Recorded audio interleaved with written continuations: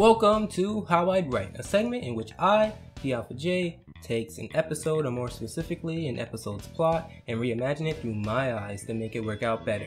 Please note that this is an opinion and that I don't take many factors into account, such as certain demographics and length or whatnot. This is merely me stating a concept, not a script or play-by-play explanation, but simply how I would write an episode. So today we are going to talk about an episode from SpongeBob called Waiting. It was a short on season 5 in which SpongeBob waits for a toy for which he traded in his Box Tops 4.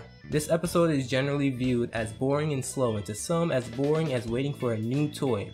My problem with the episode was that there was no conflict. And for those who claim that a short cannot have a conflict, there are many episodes from different series such as Simon's Cat that portray simple plots in a very well thought out manner. Plus, if you believe that it's the series, and I will point you to SpongeBob and the Patty Gadget, in which SpongeBob does have a conflict. The reason I say there is no conflict here worth caring about is because none of it involves SpongeBob putting in any effort after sending in the box tops. All he would have to do is wait. But instead of that, we had SpongeBob being an impatient little brat for 6 minutes and not getting any real consequences, because really, when he started to feel remorse, his toy came. It's similar to physically beating up someone, not caring, then almost caring when you see how the family of the victim reacted, then being happy that you got off the hook anyway. Speaking of the toy, it was a really simple toy that had no real value. I'm sure many of my viewers would agree that the toy he's clamoring about isn't anything special and is rather unspectacular.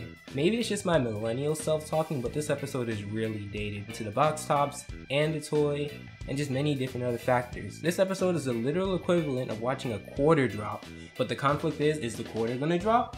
Well, once you drop the quarter, you literally have no challenge. Gravity will do it for you, just like time would do it for this episode. But I feel like this is rambling on enough, so here is how I would rewrite SpongeBob's Waiting episode. I would start off with SpongeBob on his couch watching TV, maybe even with his pet. He watches this commercial for the Krusty Krab's new toy coming out, the Krusty Krab role-playing set, which would be a nod to the episode when he was forced to take a vacation. It would be implied that Mr. Krabs was giving a large offer to buy the toy rights of the Krusty Krab.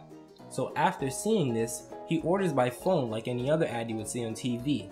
While he waits, however, he watches other people play and even goes over to play with the set with another kid or teen, or I really don't know how the age goes in Bikini Bottom. But he gets engulfed in the toy. Maybe even having a real immersion flashback as if he was the one in the Krusty Krab at the time and controlled how the other staff acted. But he gets sad when he has to give back the toy to the owner. He then wonders when his toy will come. He gets home to see the mailman, but the mailman doesn't have it. Then here's where the waiting can happen for a little bit. He could be seen waiting for it and maybe even show other people having fun with it. And although SpongeBob could just play with other people's toy sets, he just shows that he really wants his own to deliver. Then, one day he sees the mailman with his bag and it has a box shaped kind of like the Krusty Krab in it. So when SpongeBob goes over to ask, there's a little pause. Then says it's not for him and walks off. SpongeBob is of course a little skeptical and goes off to spy on the mailman. He follows him house after house, and when he gets back to the post office, he still has the box. He confronts the mailman on the grounds that he stole the package. He claims that since he didn't deliver it to anyone, that he took it. Then before the mailman can say anything, his son comes and acts what's his surprise for his birthday, giving a nudge to the fact that it's SpongeBob's birthday for some random reason and he forgot. And the mailman gives him the package, which did turn out to be the toy. As SpongeBob walks back home, he finds another mailman delivering the toy to him, but since he's so sad, he doesn't realize that he's signing for the new toy. He takes the package and opens it, and surprise, surprise, it's the toy. The mailman explains that because of the extreme demand for the toy, the orders were backed up and needed a little bit more time to manufacture and deliver. He says that everyone in the Bikini Bottom ordered it.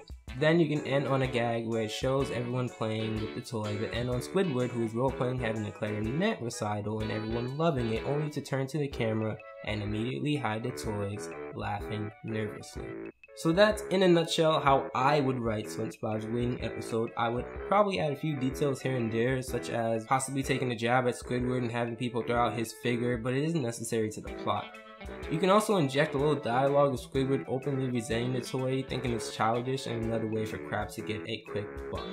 So this was my first How I'd Write episode, and I think I did pretty good, and I really like doing these type of shows. It's gonna take me a while to find another one to do, but I do have another one coming up sometime soon. So if you like this video, please let me know by clicking the like button, and if you like my content so far, subscribe. And if you have any suggestions for any other How I'd Write episode, please let me know in the comments.